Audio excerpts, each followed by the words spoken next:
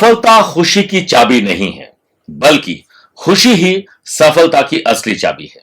यदि आप जो कर रहे हैं उससे प्यार करते हैं तो आप सफल और खुश जरूर होंगे। नमस्कार प्रिय साथियों, मैं हूं सुरेश श्रीमाली और आप देख रहे हैं ग्रहों का खेल का आज का विशेष कार्यक्रम। आज बहुत बहुत स्वागत है हमेशा की तरह आपका। मैं बात कर रहा हूं भगवान श्री कृष्ण ने युधिष्ठिर को कौन सी वो 5 बातें बताई थी जिसे आप अपना लेंगे तो घर में खुशी तय है। मेरे प्रिय साथियों, युधिष्ठिर के राज तिलक समारोह में कृष्ण भी उपस्थित थे और इस दौरान उन्होंने राज्य की खुशहाली सुख समृद्धि के लिए कुछ विशेष बातें युधिष्ठिर को बताई थी। वास्तु शास्त्र में घर में रखी सभी चीजों के शुभ और अशुभ फल बताए गए हैं, क्योंकि इनका सीधा असर हमारी जिंदगी पर पड़ता है और किए गए शुभ कार्य और मंगलमय परिणाम देते हैं। भगवान श्री कृष्ण स्वयं वास्तु का ज्ञान रखते थे। आइए जानते हैं भगवान कृष्ण की बताई हुई कौन सी वो बातें हैं, वो चीजें जिन्हें अपनाकर आप वास्तु दोष और घर की खुशहाली जरूर ला सकते हैं और वास्तु दोष को दूर कर सकते हैं। पहला है पानी। भगवान श्री कृष्ण ने युधिष्ठिर को उन 5 चीजों के बारे में बताया था जो घर को खुश और खुशहाल बनाती है, जिनके घर में सदैव सकारात्मकता का वास रहता है। पहली चीज है जल यानी पानी। राज तिलक के दौरान भगवान श्री कृष्ण ने युधिष्ठिर से कहा था कि घर और राज्य में पीने के पानी सदैव उचित व्यवस्था के साथ होना चाहिए। पानी की जो भी व्यवस्था हो उत्तर पूर्व दिशा में ही होनी चाहिए। वहीं घर में आए हुए हर प्यासे को पानी पिलाना पुण्य होता है, इसलिए आप पानी भी पिला सकते हैं और प्याऊ भी लगवा सकते हैं। दूसरा है चंदन। घर में चंदन का होना भी बेहद शुभ माना जाता है। चंदन को आप लकड़ी, माला या अगरबत्ती के रूप में घर में रख सकते हैं। भगवान श्री कृष्ण ने चंदन का महत्व युधिष्ठिर को समझाते हुए कहा था कि हजारों सांपों के लिपटने के बाद भी चंदन पवित्र ही रहता है और इससे चंदन की सुगंध में कभी कमी नहीं आती है। इसके साथ ही चंदन नकारात्मक प्रभाव को खत्म कर देता है। तीसरा है देसी घी।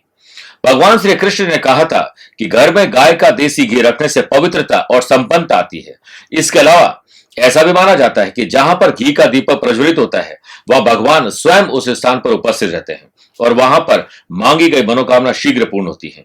इसके अलावा जिस घर में गाय की घी का दीपक प्रज्वलित होता है वहां मनुष्य के समस्त पाप नष्ट होकर जीवन में सुख समृद्धि, आयु, आरोग्य और सुखमय जीवन में वृद्धि होती है। गाय के घी का दीपक जलाने से आसपास का वातावरण रोग मुक्त भी होता है। चौथा है शहद। श्री कृष्ण के अनुसार घर में शहद का रखना बहुत शुभ माना जाता है। शहद एक ऐसा पदार्थ है जो न सिर्फ आपकी आत्मा को शुद्ध करता है बल्कि इससे घर वातावरण की स्वच्छता बनी रहती है। यही कारण है कि पूजा पाठ में शहद का प्रयोग सर्वोपरि माना गया है। शहद का प्रतिदिन सेवन करने से व्यक्ति स्वस्थ भी रहता है। पांचवा है सरस्वती देवी का पूजन। मां सरस्वती के पूजन की महत्ता भी कृष्ण ने युधिष्ठिर को बताई थी।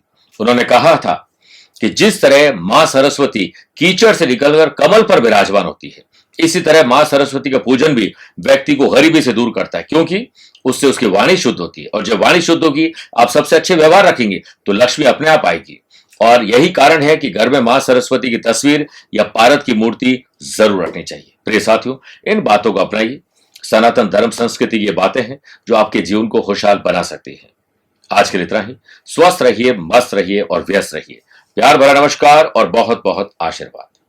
आत्मविश्वास की ताकत वही समझ सकता है जिसके पास आत्मविश्वास हो। अगर आपके भीतर या आपके अपनों के भीतर आत्मविश्वास की कमी है, अपने मन की बात कह नहीं पाते हैं, तो अब ऐसा होगा कि आप अपनी हक की लड़ाई लड़ पाएंगे। मकर संक्रांति के पावन अवसर पर हम उससे ठीक 1 महीने पहले 16 दिसंबर से मलमास में आपके लिए आदित्य साधना तैयार कर रहे हैं। भेजिए अपना नाम, माता पिता का नाम। हम आपके नाम से ऐसा कवच का निर्माण करेंगे कि जिससे आपके भीतर आत्मविश्वास जागृत होगा।